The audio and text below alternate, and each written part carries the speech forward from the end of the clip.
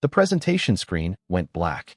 Scarlett Morgan stared at the frozen laptop, her heart hammering against her ribs as 20 pairs of eyes bore into her from around the mahogany conference table. The quarterly budget meeting for Blackstone and Associates had just turned into her personal nightmare, and she'd been on the job for exactly 4 hours. "Miss Morgan." The voice cut through the silence like a blade. Demon Blackstone didn't need to raise his voice to command attention. At 32, the CEO of Portland's most prestigious construction firm possessed the kind of presence that made seasoned executives squirm. "Perhaps you'd like to explain why we're staring at a blank screen instead of the cost projections you were specifically hired to prepare." Scarlett's fingers flew over the keyboard, trying to resurrect her presentation. Nothing. The file had corrupted, taking with it 3 weeks of work and any hope of making a decent first impression. Around the table, senior partners exchanged glances that ranged from amused to openly hostile. "I apologize, Mr. Blackstone. There seems to be a technical issue, but I can walk you through the numbers from memory." She straightened her shoulders, drawing on every ounce of confidence she could muster. "The Morrison Tower project is running 12% over budget due to unexpected soil complications, but I've identified 3 areas where we can recover those costs without compromising structural integrity." Demon leaned back in his chair, steel gray, eyes never leaving her face. "From memory? How convenient." "Sir, I can provide hard copies of all calculations within the hour." "The hour we've already wasted on this presentation? Or should we waste another?" His tone remained perfectly level, which somehow made it worse than if he'd shouted. "Tell me, Miss Morgan, in your extensive 4 hours of experience here, have you discovered any other creative ways to cost us time and money?" Heat flooded Scarlett's cheeks, but she held his gaze. She'd dealt with condescending professors, dismissive contractors, and skeptical clients throughout architecture school. She wouldn't be intimidated by another man who thought her age and gender made her incompetent, even if that man signed her paychecks. "With respect, Mr. Blackstone, technical failures happen to everyone. What matters is how we handle them."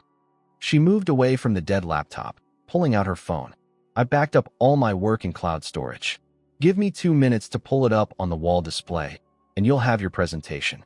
Someone at the far end of the table snorted. "Kids these days, everything's in the cloud." Demon raised a hand, silencing the comment without taking his eyes off Scarlett. 2 minutes. Starting now." Her hands shook slightly as she connected her phone to the room's wireless display system, but the presentation materialized on the wall screen exactly as she designed it. Clean charts, detailed cost breakdowns, and projected timelines filled the display in crisp, professional graphics. "As I was saying," Scarlett began, clicking to the first slide, "Morrison Tower's overrun stem from 3 primary factors." She walked through each point methodically, her voice gaining strength with every slide. The numbers were solid, her analysis thorough, and she knew it.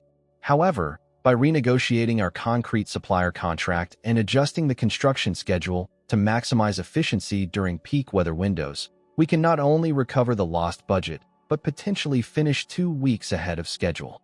The room had gone quiet, and not the hostile quiet from before. Several partners were leaning forward, studying her projections with obvious interest. Even Demon's expression had shifted from dismissive to something approaching attention. She clicked to her final slide. "The total savings would amount to roughly $800,000, with minimal impact on our timeline or quality standards." "These supplier negotiations," spoke Patricia Henley, the head of project management. "You've already initiated contact?" "I made preliminary calls yesterday after reviewing our current contracts. Morrison Concrete is willing to discuss a bulk rate reduction if we can guarantee them exclusive rights to our next 3 residential projects." Demon stood abruptly, cutting off Patricia's follow-up question. "Thank you, Miss Morgan. We'll review your recommendations and get back to you." The dismissal was clear, but something in his tone had changed. Scarlett gathered her things quickly, nodding to the other executives as she headed for the door. As her hand touched the handle, Demon's voice stopped her. "Miss Morgan, my office. 5 minutes." The corridor outside the conference room buzzed with activity, but Scarlett barely noticed the other employees rushing past with blueprints and coffee cups. Her mind raced through the presentation, analyzing every word, every slide, trying to determine if she'd just saved her job or sealed her fate. Demon Blackstone's corner office commanded a view of the Willamette River and downtown Portland's skyline. Floor-to-ceiling windows framed the afternoon light, casting long shadows across expensive furniture and architectural awards that lined the walls. Scarlett had researched him thoroughly before taking the job, but seeing his workspace drove home just how far out of her league she was swimming. He was standing with his back to her when she knocked and entered, hands clasped behind him as he stared out at the city. Close the door. She obeyed, then waited. The silence stretched until she wondered if he'd forgotten she was there. $800,000, he said finally, not turning around. That's more than most of our junior architects save us in their first year. I just applied basic analysis to the available data, sir. Now he did turn, and something in his expression caught her off guard. The cold authority from the conference room had cracked slightly, revealing something almost like curiosity underneath. Basic analysis. Right. He moved to his desk, pulling out a thick folder. Your resume says you graduated summa cum laude from Oregon State, but you've been working retail for the past 6 months. Why? The question she dreaded since starting her job search. The economy's been tough for new architects. I took what work I could find while applying for positions in my field. Target retail. Assistant manager. He flipped through the papers. Impressive jump from folding clothes to managing million-dollar construction budgets. Everyone has to start somewhere. Indeed they do. He closed the folder, studying her with those unsettling gray eyes. You handled yourself well in there. Most people would have crumbled under that kind of pressure. I don't crumble easily. A ghost of a smile touched his lips. No, I don't think you do. He moved around the desk, stopping just close enough that she caught a hint of his cologne. Welcome to Blackstone and Associates, Miss Morgan. Try not to make me regret it. Scarlett's coffee had gone cold hours ago, but she barely noticed as she cross-referenced the structural specifications for the third time. Something was wrong with the Riverside Gardens project files, and the discrepancy made her stomach clench with unease. The blueprints showed load-bearing calculations that didn't match the materials list. Steel reinforcement specifications called for grade 60, but the purchase orders documented grade 40. The difference wasn't just significant, it was dangerous. Grade 40 steel couldn't handle the structural loads designed into the building's framework. She pulled up the digital files on her computer, comparing them to the hard copies stacked on her desk. The numbers were different. Someone had altered the original specifications after they'd been printed and approved. Working late again, Scarlett looked up to find Marcus Webb, one of the senior project managers, hovering near her cubicle. At 45, Marcus had the weathered look of someone who'd spent years on construction sites, but his smile always seemed forced. Just reviewing the Riverside Gardens project. She gestured to the papers scattered across her workspace. I noticed some inconsistencies in the materials specifications. Marcus stepped closer, his eyes scanning the documents. Inconsistencies. The steel grade requirements don't match between the digital files and the approved blueprints. It looks like someone modified the specifications after approval. Probably just a clerical error. These things happen all the time. Marcus reached for the blueprints, but Scarlett pulled them back. This isn't a typo, Marcus. If we use grade 40 steel instead of grade 60, the building won't meet safety standards. People could get hurt. Marcus's smile faltered. Look, Scarlett, you've been here, what, 2 weeks? Maybe you're seeing problems where there aren't any. Why don't you let me handle this? I'm taking it to Demon. That's not necessary. I can sort this out with the engineering team. But Scarlett was already gathering the documents. Marcus's sudden nervousness only confirmed her suspicions that something was seriously wrong. She'd seen enough corners cut in the construction industry to recognize deliberate sabotage when she found it. Demon's office light was still on despite the late hour. She knocked and waited for his gruff permission to enter, then stepped inside with her arms full of paperwork. He looked up from his computer screen, and she noticed the fatigue around his eyes. Even corporate moguls work too many hours, apparently. Miss Morgan, I thought you'd gone home hours ago. I found something you need to see. She approached his desk, spreading out the blueprints and purchase orders. The Riverside Gardens project has major discrepancies in the structural specifications. Demon frowned, leaning forward to examine the documents.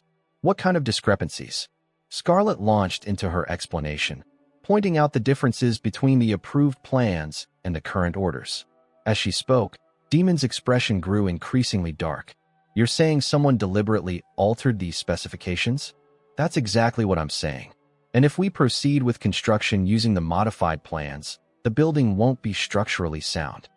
Demon stood abruptly, moving around the desk to stand beside her. The sudden proximity made her pulse quicken, but she forced herself to focus on the papers spread between them. How did you get access to these files? His voice had gone cold. They're part of my assigned projects. I was reviewing the budget allocations when I noticed the inconsistencies. These particular files are restricted. Junior architects don't have clearance for structural engineering documents. Scarlett's head snapped up. Are you accusing me of something? I'm asking how you accessed classified project information without proper authorization.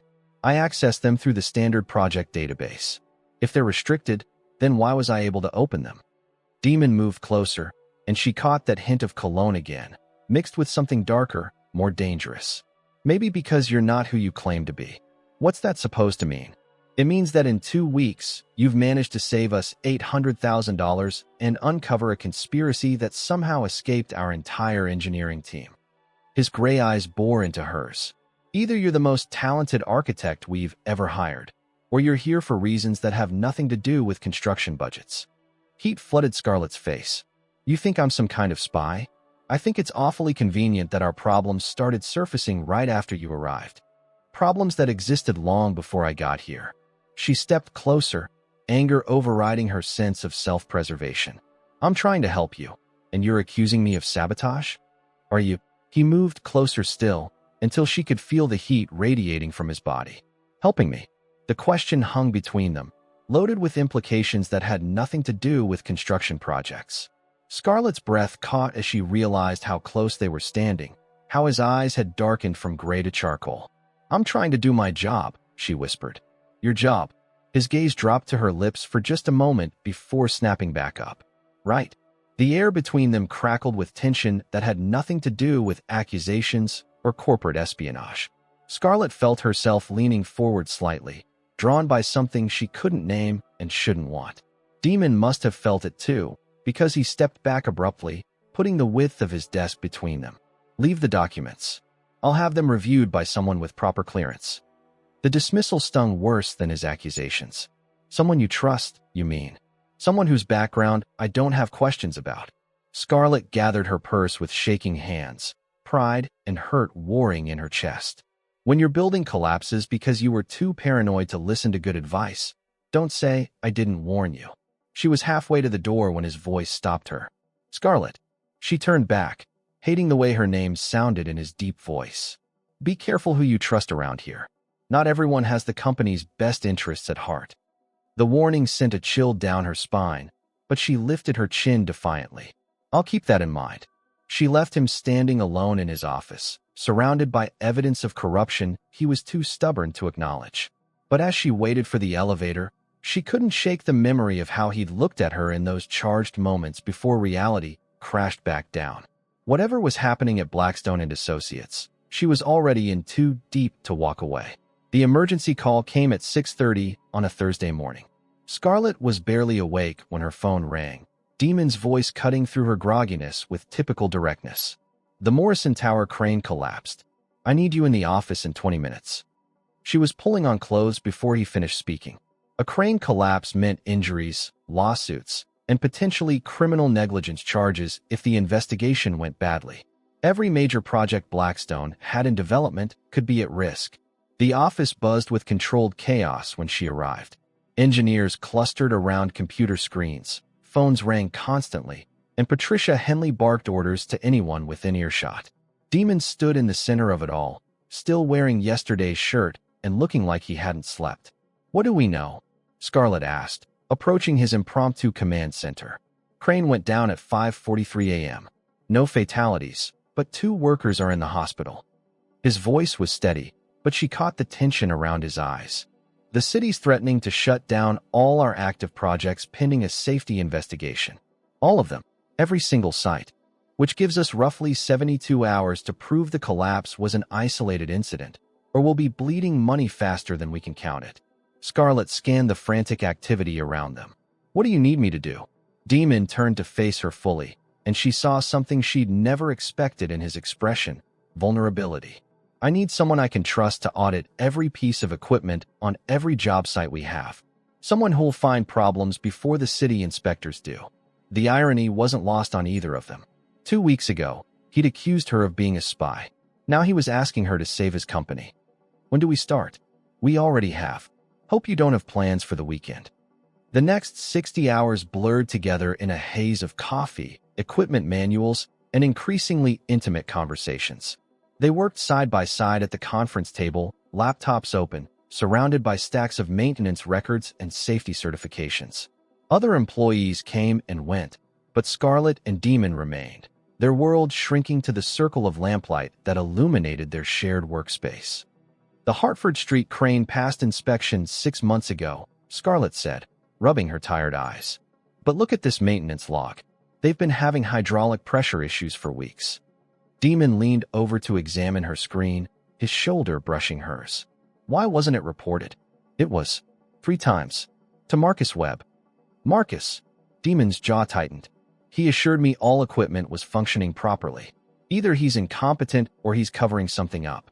I'm starting to suspect the latter. Demon pushed back from the table, running his hands through his dark hair. This is the 4th issue you found that Marcus should have caught. Scarlett watched him pace to the windows overlooking the city. It was past midnight, and Portland's lights twinkled below them like fallen stars. They were alone in the building except for the night security guard, and the isolation made everything feel more intense, more personal. When did you last eat something? She asked. Does coffee count? Not unless you want to collapse before we finish this audit. She found vending machine sandwiches in the break room and brought them back to find Demon staring at the Morrison Tower construction photos. The twisted metal of the collapsed crane looked like a mechanical skeleton against the night sky. I built that project from the ground up, he said quietly. Every beam, every rivet, every safety protocol. And still, 2 men are in the hospital because something went wrong. Scarlett set the sandwiches on the table. It wasn't your fault, wasn't it? I trusted people I shouldn't have. Ignored warning signs I should have seen. He turned to face her. Including warnings from you. Demon, you were right about the Riverside Gardens project. The steel specifications had been altered. If we'd proceeded with construction. He didn't finish the sentence. But we didn't. You stopped it in time. Only because you pushed the issue. Even when I accused you of espionage. The admission hung between them, and Scarlett felt something shift in her chest. This wasn't the cold, controlled CEO who dismissed her concerns 2 weeks ago. This was a man facing the possibility that his life's work might crumble around him. We'll figure this out, she said softly. We'll find the problems and fix them. He stepped closer. Why are you helping me? After the way I treated you, you could have walked away. Maybe I don't walk away from things that matter. And this matters to you. She meant to say something about professional responsibility, about doing the right thing. Instead, she found herself looking into those gray eyes and saying, "You matter to me." The words surprised them both. Demon moved closer, until she could see the exhaustion and worry etched in his features, until she could feel the heat of his body in the cool office air. Scarlett. Her name was a whisper, a question, a warning all at once. I know this is complicated. It's more than complicated. It's impossible. But his hand came up to cup her face, thumb brushing across her cheekbone. I'm your boss. You work for me. Right now, we're just 2 people trying to save something worth saving. He leaned closer, and she could see the war playing out in his expression. Want versus responsibility, desire versus common sense. If we do this, he said quietly, his forehead almost touching hers, I'll be gentle. I'll go slow. I won't rush you into anything you're not ready for.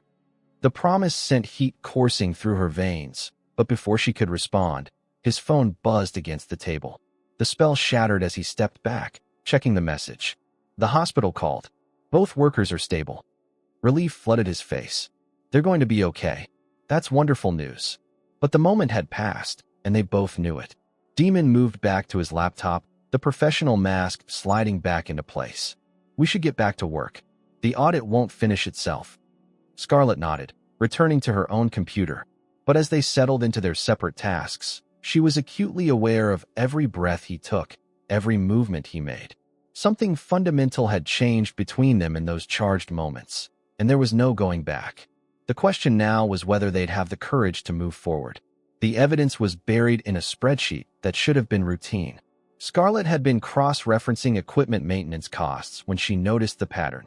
Every piece of faulty machinery had been serviced by the same outside contractor, Meridian Industrial Services, a company that didn't exist 6 months ago but had somehow become Blackstone's primary maintenance provider. She traced the authorization signatures and felt her blood run cold. Every contract, every work order, every payment approval bore the same elegant handwriting. Ezra Thornfield's signature appeared on documents dating back a full year, authorizing maintenance that created more problems than it solved. Ezra Thornfield, Demon's business partner of 8 years. Ezra Thornfield, who'd been Demon's roommate at Stanford. Ezra Thornfield, who Demon trusted with his life and his business. Scarlett stared at the computer screen until her eyes burned. The implications were staggering. If Ezra was deliberately sabotaging equipment to create safety issues, then he wasn't just risking money or reputation. He was endangering lives. Working late again, I see. She spun around to find Ezra himself standing in the doorway of her cubicle. At 34, he possessed the kind of polished charm that opened doors and closed deals. His smile was warm, his handshake firm, and his reputation impeccable, which made the evidence on her screen all the more chilling. Mr. Thornfield, I didn't hear you come in. Please, call me Ezra. We're not that formal around here. He moved closer, glancing at her computer screen. What has you burning the midnight oil? Scarlett minimized the spreadsheet, her heart hammering. Just reviewing maintenance schedules, making sure we don't have any more surprises like the Morrison Tower incident. Ah yes, that unfortunate business. Good thing Demon has you keeping an eye on things. Ezra's tone was casual, but something in his eyes had shifted. You know, I was hoping we could have a chat. Would you mind stepping into my office? It wasn't really a request. Scarlett saved her work and followed Ezra down the hall to his corner office, which was nearly as impressive as Demon's, but decorated with a warmer touch. Family photos lined his desk, and expensive art covered the walls. Please sit. Ezra gestured to the chair across from his desk, then settled into his own seat with practiced ease. I wanted to talk to you about your future here at Blackstone. My future. You've made quite an impression in your short time with us. Demon speaks very highly of your work. Ezra opened a file folder, scanning the contents. Though I have to admit, your background raises some interesting questions. Scarlett's mouth went dry. Questions? Your employment history, for instance. 6 months at Target, before that a year-long gap. Before that, he looked up with that charming smile. Well, that's where things get interesting, isn't it, Miss Whitmore? The name hit her like a physical blow. She'd been so careful, so thorough in creating her new identity. But somehow, Ezra knew. I don't know what you're talking about. Come now, Scarlett. May I call you Scarlett? We both know you're Vincent Whitmore's daughter.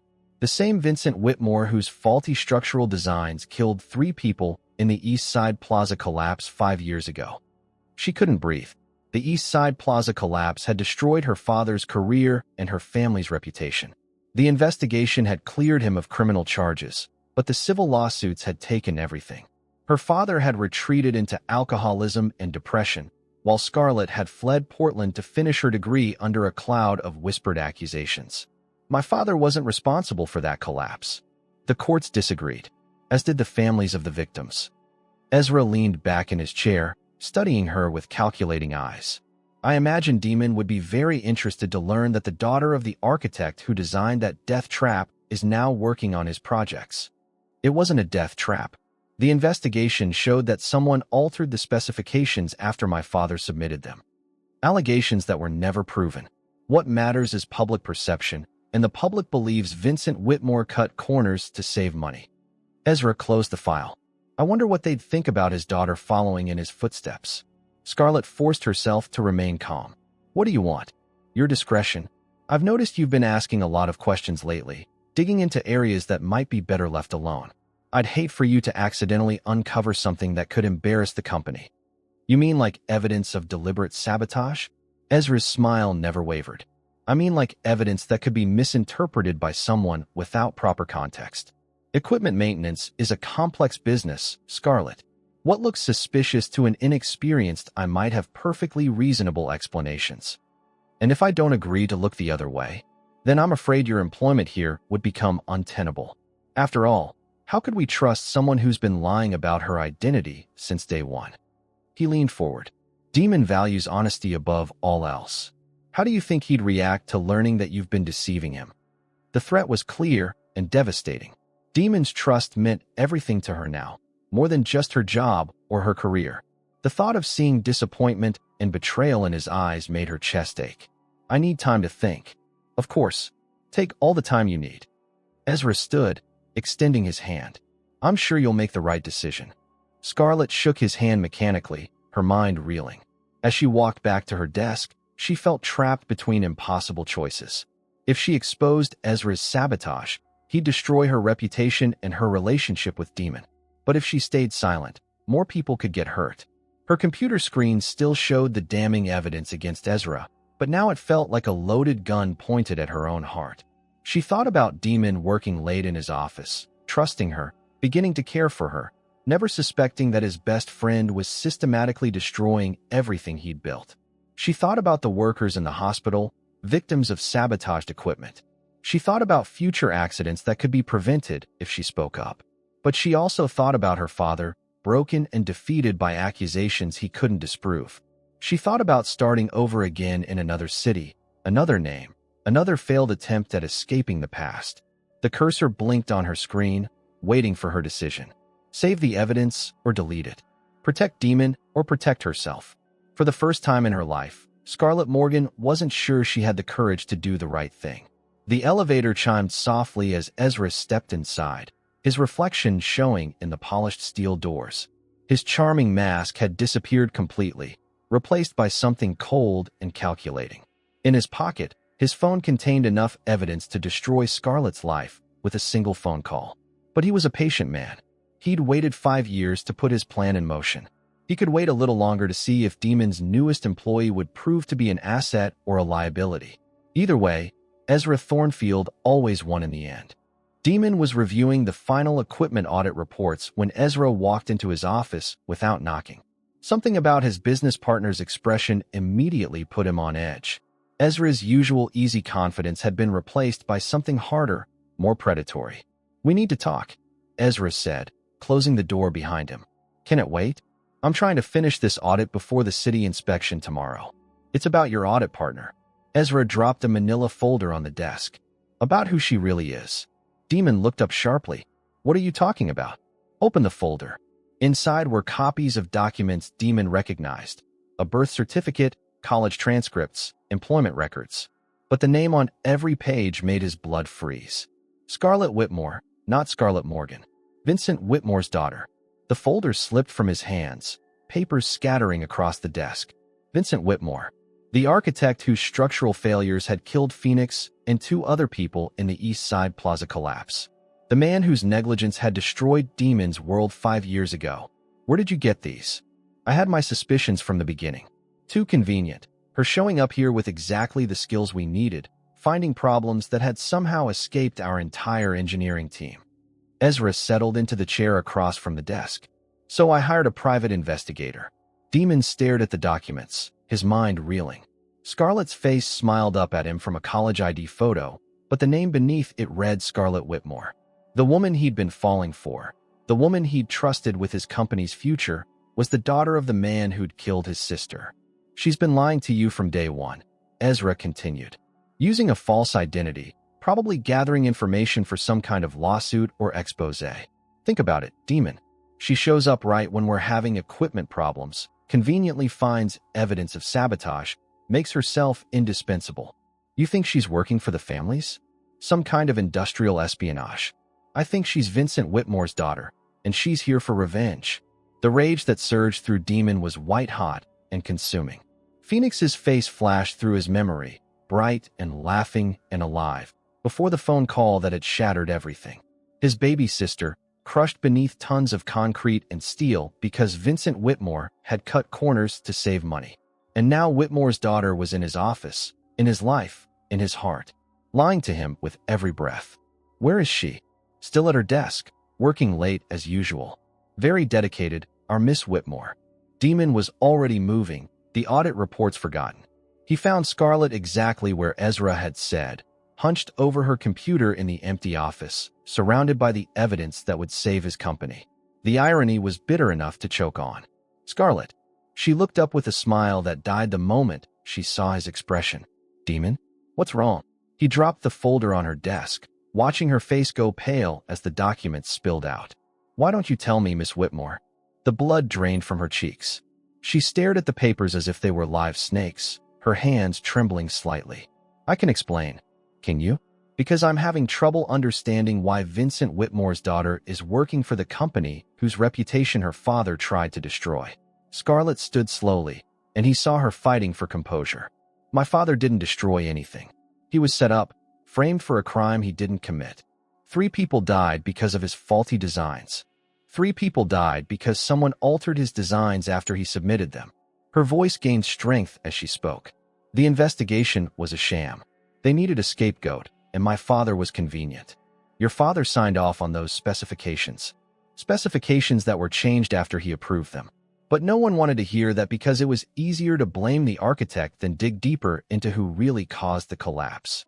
Demon moved closer, his anger radiating off him in waves. And you thought you'd come here and what? Clear his name? Prove that big bad Blackstone and Associates was responsible. I thought I'd find the truth. By lying about who you are? By worming your way into my confidence, into my...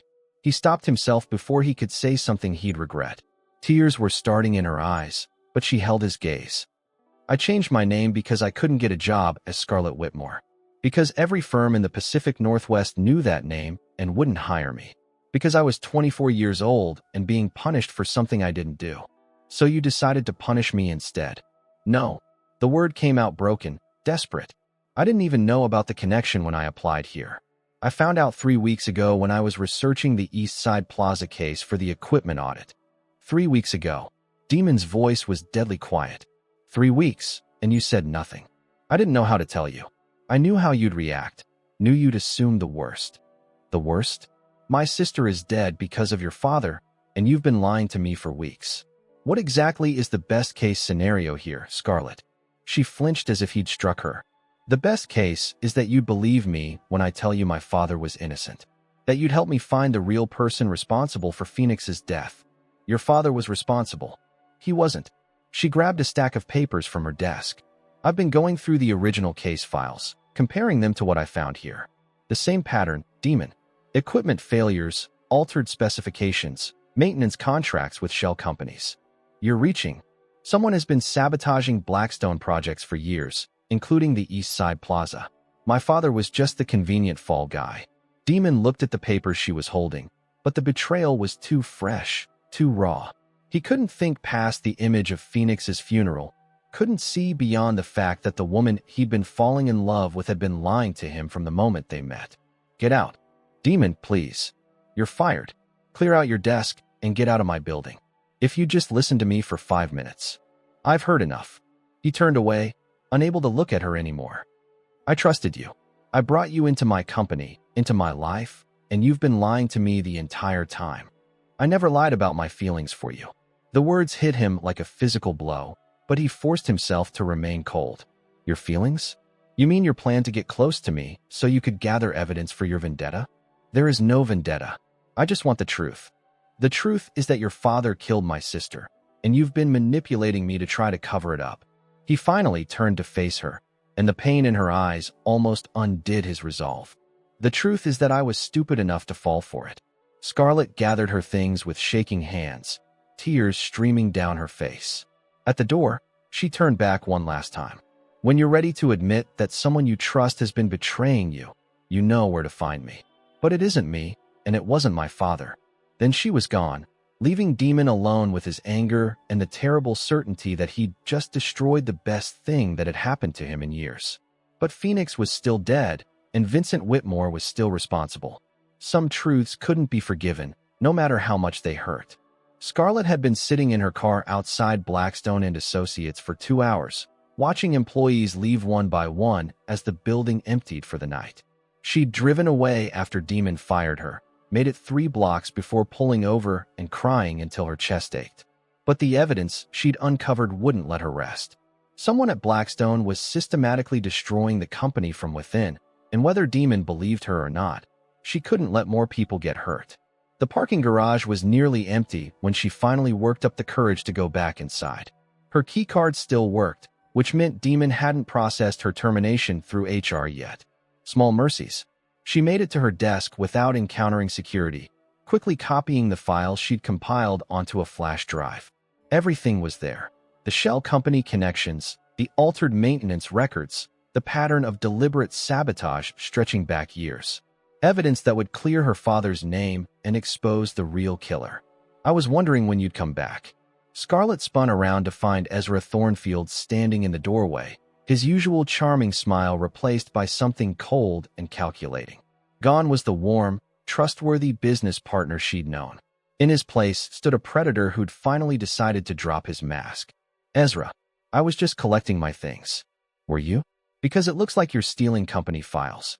He moved closer, and she noticed he wasn't alone. Two men in expensive suits flanked him, their presence making the hair on her neck stand up. I'm not stealing anything. These are public records. Public records that you've been using to build a very compelling conspiracy theory. Tell me, Miss Whitmore, what exactly do you think you've discovered? The way he said her real name made her stomach clench. I know you've been sabotaging equipment. I know you created Meridian Industrial Services to cover your tracks. Brilliant detective work. What else? His casual admission stunned her. You're not even going to deny it. Why would I? You'll never get the chance to tell anyone. Ezra settled against her desk, completely relaxed. Though I am curious how you connected the dots to the East Side Plaza. The same pattern. Altered specifications, faulty maintenance, convenient scapegoats. Scarlett backed toward the exit, but one of Ezra's men moved to block her path. You framed my father. Your father made it easy. Vincent Whitmore was already cutting corners to stay competitive. I just gave him a little push in the wrong direction. Ezra's smile was genuinely fond, as if remembering a favorite joke. The man was so grateful when I recommended him for the East Side project. So eager to prove himself worthy of a major commission. You murdered 3 people. I removed obstacles. Phoenix Blackstone was getting too close to the truth about our financial arrangements. She'd been asking questions about project overruns, demanding to audit our supplier contracts. Ezra shrugged. She was always too smart for her own good. The casual way he discussed Phoenix's death made Scarlett's vision blur with rage. She was Demon's sister. She was a problem, just like you're becoming a problem. The second man moved closer, and Scarlett realized with crystal clarity that she wasn't leaving this building alive. Unless Demon knows, she lied. I already told him everything. Ezra laughed. No, you didn't. Demon just fired you for being Vincent Whitmore's daughter. He's not taking your calls, and he certainly isn't listening to your conspiracy theories. Then why are you here? Why not just let me walk away? Because you're resourceful, and you're stubborn, and eventually you'll find someone who will listen. Ezra stood, straightening his expensive tie. I can't have that. The sound of elevator doors opening made everyone freeze. Footsteps echoed down the hallway, and then Demon's voice cut through the tension. Ezra, what are you doing here so late? Ezra's expression shifted back to its usual charm so quickly that Scarlett almost doubted what she'd just witnessed. Demon, I thought you'd gone home. Demon appeared in the doorway, taking in the scene with sharp eyes. Scarlett pressed against the wall, Ezra lounging by her desk, 2 strangers in suits standing guard. His gaze found hers, and she saw the exact moment he realized something was very wrong. Who are your friends? Demon asked quietly. Business associates. We were just discussing a personnel matter with Miss Whitmore. Personnel matter. Demon stepped into the room, and Scarlett noticed he was carrying something in his hand.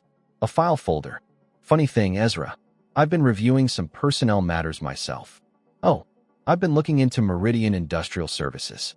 Interesting company. Shell Corporation registered in Delaware. No actual employees. But somehow they've been maintaining our equipment for months. Demon's voice was deadly calm. Want to guess who's listed as the corporate officer? Ezra's mask slipped again, just for a moment. I'm sure there's an explanation. I'm sure there is. Just like there's an explanation for why you had Vincent Whitmore's original East Side Plaza specifications in your personal files. Demon held up the folder. The real specifications. The ones that would have made the building structurally sound. Scarlett's heart stopped. You found them. I found a lot of things once I started looking in the right places. Demon's eyes never left Ezra's face. Phoenix left me a safety deposit box key before she died. Took me 5 years to figure out what bank she used. Ezra moved with surprising speed, lunging for something on Scarlett's desk. A letter opener, she realized with horror, its blade gleaming under the fluorescent lights. But Demon was faster, tackling his former friend to the ground as the two hired men rushed forward. "Run!" Demon shouted, grappling with Ezra as the suited men reached for Scarlett. She grabbed the flash drive and sprinted for the emergency stairs, her heart hammering as footsteps pounded behind her. Behind her, she could hear the sound of fighting, furniture crashing, Demon's voice raised in anger and pain. She burst through the stairwell door and kept running, not stopping until she reached her car. Only then did she realize she was sobbing, her hands shaking so badly she could barely start the engine. Demon had saved her life. Demon had found the evidence that proved her father's innocence.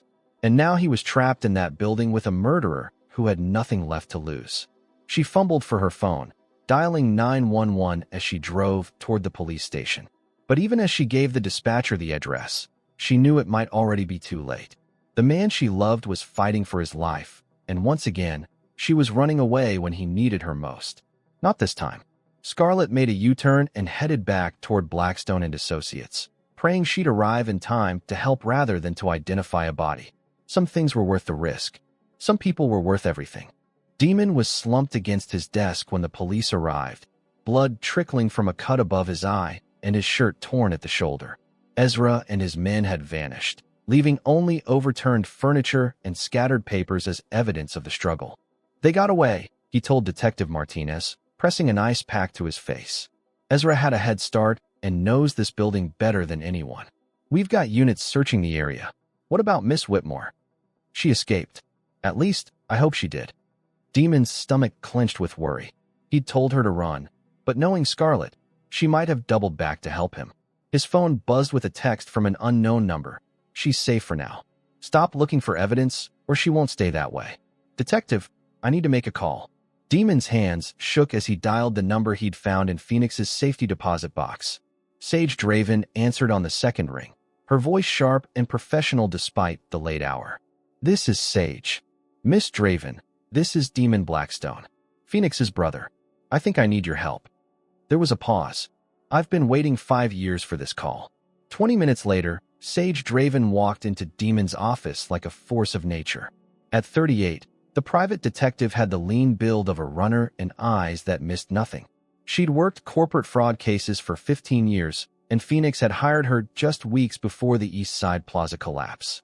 "Your sister was brilliant," Sage said without preamble, settling into the chair across from his desk. She knew Ezra was dirty, but she didn't know how deep it went. "You've been investigating him this whole time?" "Phoenix paid me for 6 months of work before she died. I don't leave jobs unfinished." Sage pulled out a thick folder. "Ezra Thornfield has been running cons since college. Shell companies, fraudulent contracts, systematic theft. He's good at covering his tracks, but not good enough." Demon leaned forward. "What did Phoenix find?" "Money laundering through fake maintenance companies." Ezra was skimming from project budgets and covering the losses by using substandard materials. When buildings started having structural problems, he'd blame the architects. Like Vincent Whitmore. Vincent was the perfect fall guy, desperate for work, grateful for referrals, and too trusting to double-check Ezra's modifications to his designs. Sage opened the folder, revealing financial records and forged documents. Ezra changed the specifications after Vincent submitted them, then made sure Vincent's signature was on the final versions. "You have proof. I have everything. Bank records, falsified contracts, even recordings of Ezra bragging to his girlfriend about how easy it was to frame architects." Sage's expression darkened. "What I don't have is the witness who could testify about it." Phoenix. Phoenix figured out the whole scheme. She was going to expose him, but she needed more time to gather physical evidence. Instead, Ezra made sure she was in that building when it came down. The rage that filled Demon was different from what he'd felt earlier. This wasn't the hot anger of betrayal. This was the cold fury of a man who finally understood how completely he'd been played. He killed her. He killed all of them. And he's been bleeding your company dry ever since, probably planning to destroy it completely and walk away with whatever assets he could liquidate. Demon's phone buzzed again. Another text. Pier 47, Warehouse District. Come alone or she dies. They have Scarlett. Sage glanced at the message. Who's Scarlett? Vincent Whitmore's daughter. She's been working for me, trying to clear her father's name. Demon was already reaching for his jacket. I have to go. Absolutely not. This is a trap. I know it's a trap. I don't care. Sage grabbed his arm. Demon, think. Ezra's desperate now. He's got nothing to lose and everything to gain by eliminating both of you. Then what do you suggest? We call this in. Let the police handle it. The police will take hours to organize a response. She doesn't have hours. Demon pulled free. Besides, Ezra's right about one thing. This is personal now. Your sister wouldn't want you to get yourself killed for revenge. This isn't about revenge. It's about love. The admission surprised them both. Demon hadn't intended to say it, but the words hung in the air with the weight of absolute truth. He was in love with Scarlett Whitmore, and he'd rather die trying to save her than live knowing he'd let her suffer for his mistakes. Love. Sage studied his face.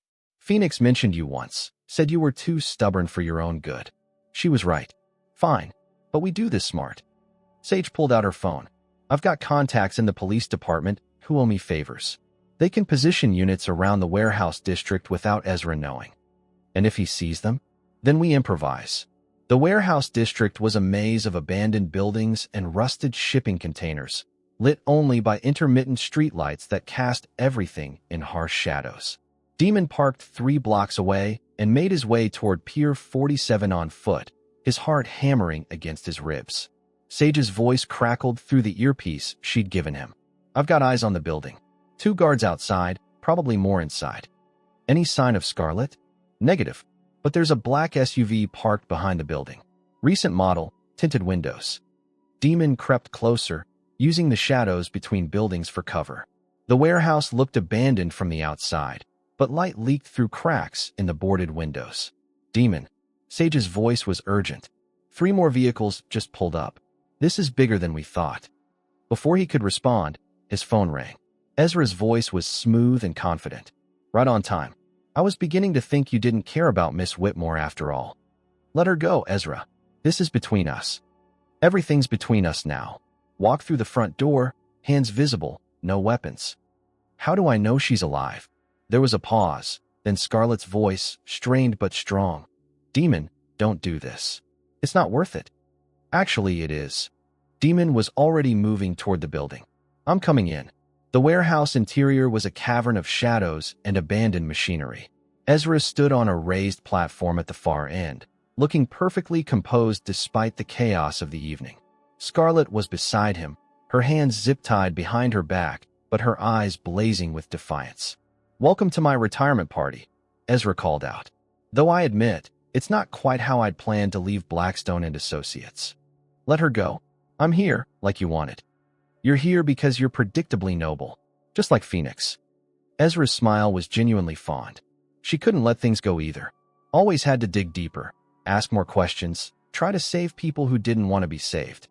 She was trying to save the company you were destroying. I was saving it from itself. Blackstone and Associates was hemorrhaging money on your precious safety standards and ethical business practices.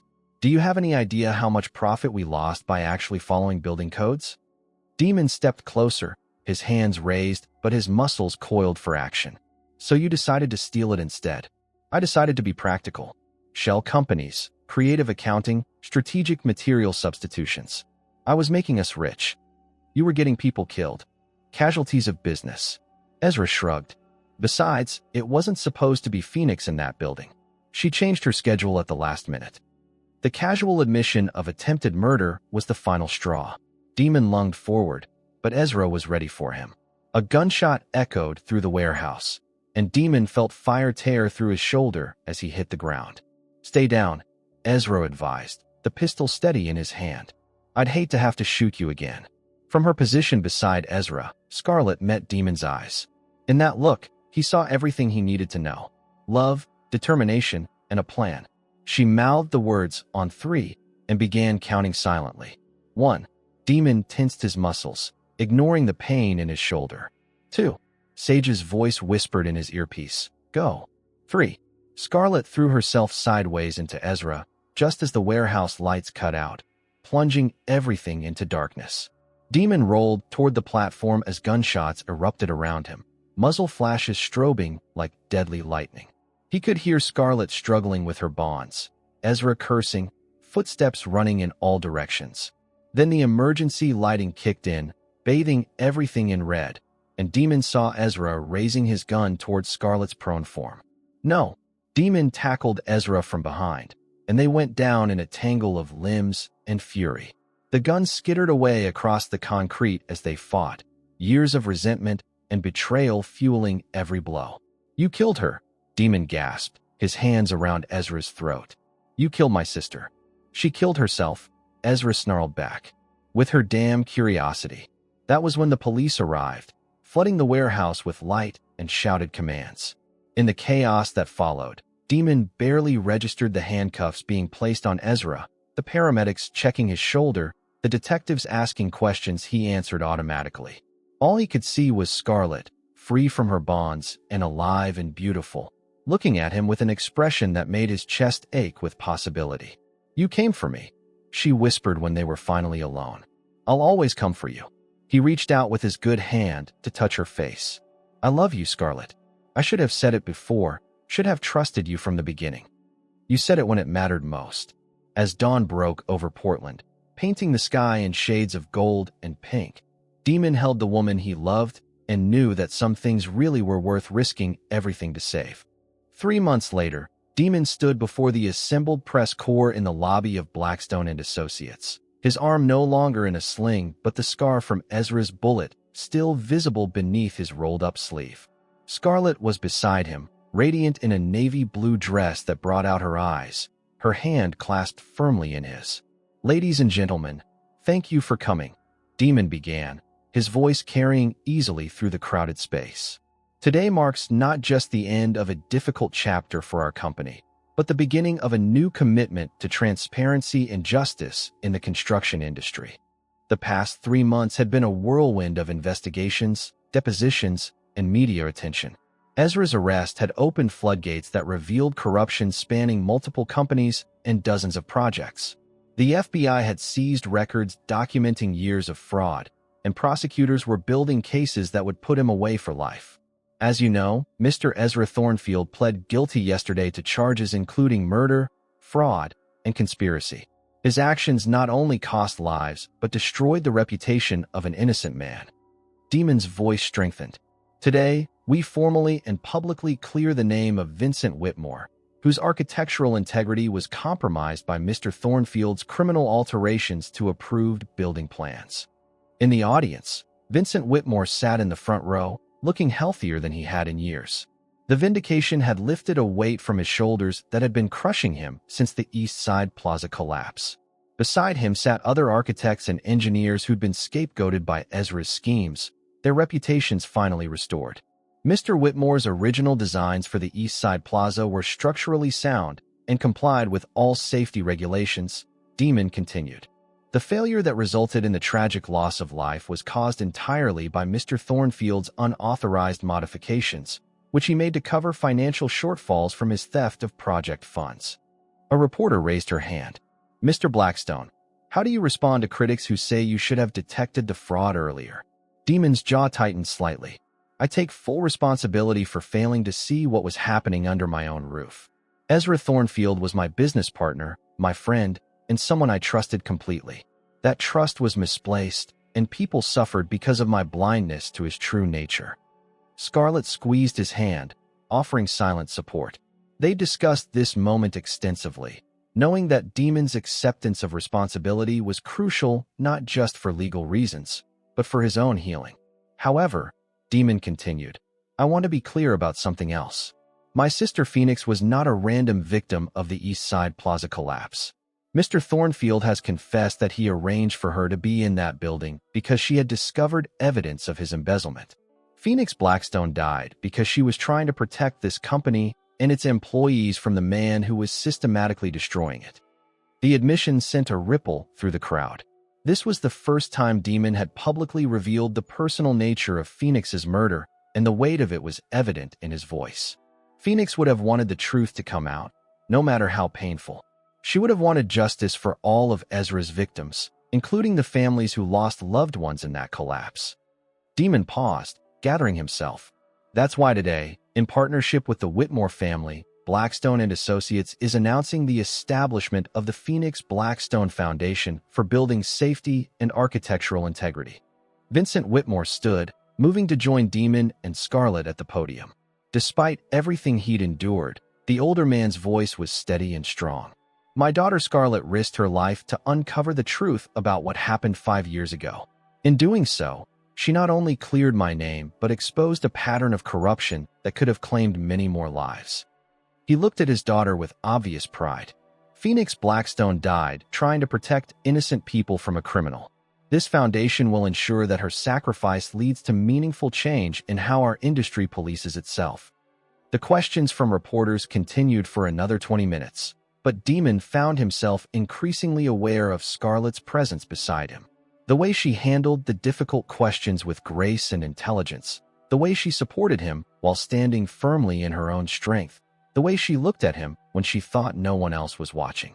When the press conference finally ended, they escaped to the roof garden that had been Phoenix's favorite spot in the building. The October afternoon was crisp and clear, with Mount Hood visible in the distance. That went well, Scarlett said, settling onto the bench where Phoenix used to eat lunch. Better than I expected. Your father was incredible up there. He's been waiting 5 years to tell his side of the story. Finally getting the chance to do it publicly was healing for him. Demon sat beside her, close enough that their shoulders touched. And what about you? How are you feeling about all of this? Scarlett considered the question seriously. Relieved, grateful, ready to move forward. She turned to face him. What about you? Terrified. Terrified. After everything we've been through, what could possibly terrify you now? Demon reached into his jacket pocket, his heart hammering as his fingers closed around the small velvet box he'd been carrying for 2 weeks. This.